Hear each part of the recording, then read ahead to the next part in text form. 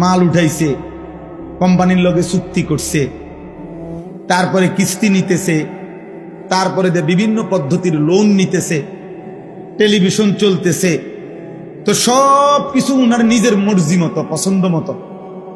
এই অবস্থায় রাইখা ইমাম সাহেব হুজুরে বা একজন হুজুরে আনছে, 200 টাকা দিছে। হুজুর আমনে খাস করে এই ক্যাশে বইয়া করে, ক্যাশের যেই সোফাটা চেয়ারটাত বইসা খাস করে দোয়া করে দেন, আল্লাহ যেন বরকত দেয় ব্যবসাটা। মানে এটা যেমনি যেটা আছে কোনোটার ব্যাপারে আপনি কোনো কথা কইবেন না, এটা হালাল না হারাম, কোনটা বৈধ কোনটা কি, এত কিছু খুঁজবেন না। যেমনে আছে এমনের উপরে আল্লাহর কোন এইভাবে বরকত দিত। আপনি কোন 200 টাকার জায়গা দিলে আরো 100 টাকা বাড়াইয়া নেন, কিন্তু দোয়াটা কি এভাবে করবেন যেমনে আমারটা আছে।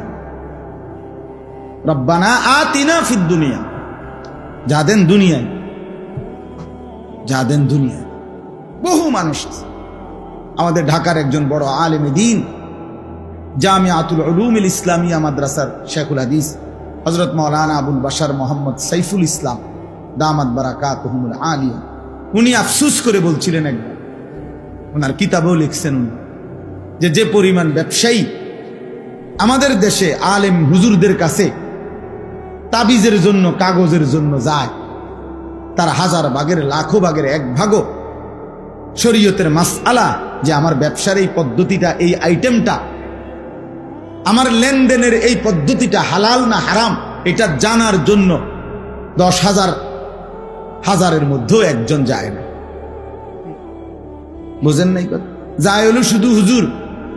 এমন কোনো আর কোনো তাবিজ আসেনি, এমন কোনো লাল সুতা দিয়া কোনো কাগজ লিখা দেন যেটা আমার দোকানের মাঝখানে ঝুলাইয়া রাখমু, আর কাস্টমারের একটা সাফাসাফি লাগিয়া যাইব, বেচা কিনার একটা ধুম, এইটা থাকলে দেন।